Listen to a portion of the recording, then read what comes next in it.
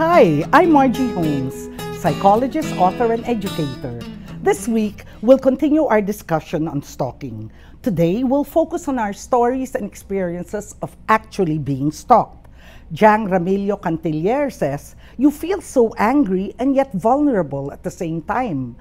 Maridel Abellana, "I was hurt and confused when my friend kept commenting negative things on my Facebook posts.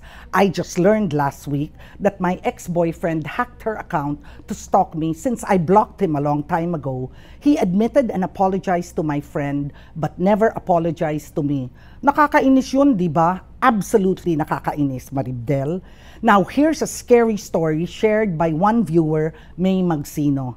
"A stalker from the village where I used to live was really scary. He put his slippers in front of my main door and his clothes at the back of my apartment. It got worse when he told my neighbors he was my boyfriend. My neighbors didn't believe him, thank God. I mean, that's me saying thank God. And they worried and they warned me about it. I didn't mind it at first until I saw him in all the places I would go to. That was when I decided to transfer to another apartment. But then, I started seeing his underwear at the back of the new apartment.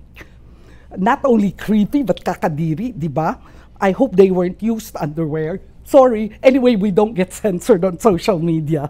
Last year, I saw a cigarette butt in the middle of my living room and a message saying he could easily enter my house anytime he wanted using his master key. Now, I also asked you, what do you do when you feel you're being stalked? And here are your responses. First of all, from May Magsino above, who shares the rest of her story. "Now it was my turn to investigate. I found out he was a loner and accused of actually molesting a 12-year-old girl. I also found out he feared two of my friends. So I went to my friends, told them he's stalking me. The next day, he was gone. I don't know what my friends did, but I'd rather let it be. I'm enjoying the peace I deserve." At Jess_Bautista, "Ignore them when you see them, as long as they stay a safe distance, and make sure your social media pages are secure." At ex-gang leader, "Take the opposite approach. Kausapin mo. Malay mo maging friends kayo. Naging stalker tayong lahat one time. Admit it." At It's Alvin Paul, "Give serious practical advice. Confront the stalker. If it's creeping you out already, take legal action. They tend to be obsessive." Finally, Gracie Grace asks, "What is the best way to ward off stalkers?" First, I think you should try to gauge the level of harm, the harm that they can inflict on you. May Magsino's case was nakakatakot talaga, since apparently he had a way of getting into our house. Then, after gauging the level of danger, explore any effective way you can deal with it.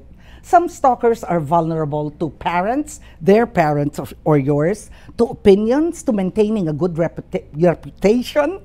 May was lucky that the guy who had victimized others before and was thus vulnerable to threats. In other words, speak softly but carry a big stick, sana figuratively, but sometimes it can also be literally.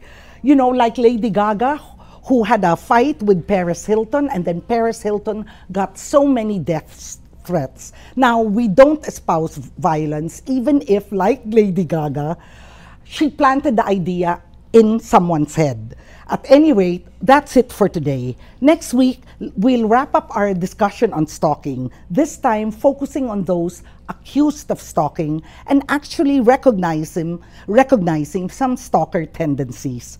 Please send your questions and comments, reactions and suggestions to me on Facebook, tweet using the hashtag AskMargie, or send an email to askmargie@rappler.com. See you next week.